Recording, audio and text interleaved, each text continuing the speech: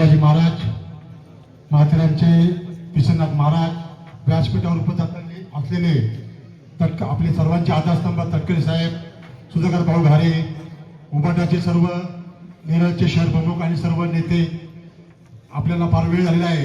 मी थोडक्यात आपले मनोगत व्यक्त करतो. आता कसं आहे, जेव्हा निवडणुका लागतात तेव्हा सर्व जेवण आश्वासन देतात आणि आश्वासन कधीच पूर्ण होत नाही.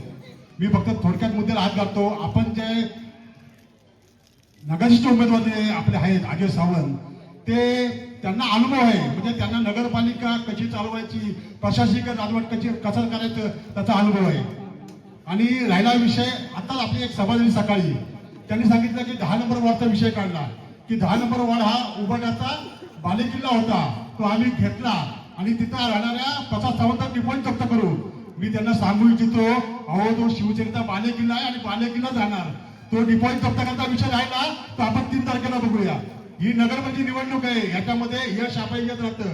ज्यांनी ह्या वल्गना केला त्यांना बी आपण गेल्या वर्षी 8 नंबरच्या विभागामध्ये त्यांना हार पत्करावी लागली.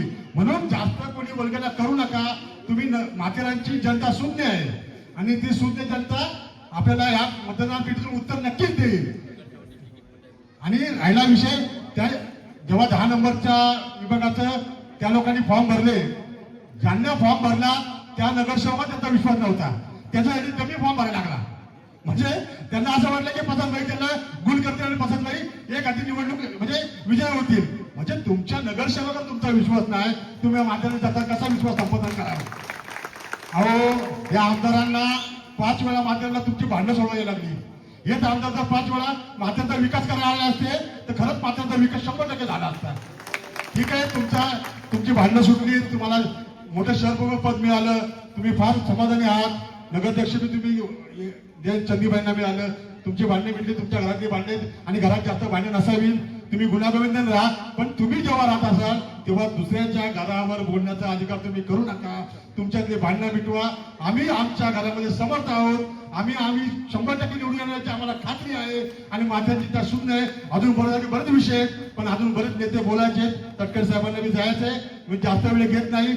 आम्ही एक ब्रीदवाक्य घेऊन निघालोय, आम्ही काम करत आलोय आणि आम्ही काम करत राहू. हा जनतेचा विश्वास आमच्यामध्ये आणि आपण सर्वजण आमच्या बरोबर आहात. ही गाव माथेरानमध्ये बघा, आता इथे जी बसले ना ती माथेरानची जनता आहे. मागे सकाळी सभा झाली ते इथं नेरळ कर्जतची सगळी माणसं होती. म्हणजे मला म्हणायचं आहे की जनतेचा कोण कोणाकडे आहे ही जनता सांगेल आणि आपल्या सर्वांचा विश्वास आम्ही सार्थ करू. अजय सावंतचे हात बळकट करा. आम्हाला सर्वांना बहुमताने निवडून द्यायची विनंती करतो आणि थांबतो. जय हिंद, जय महाराष्ट्र.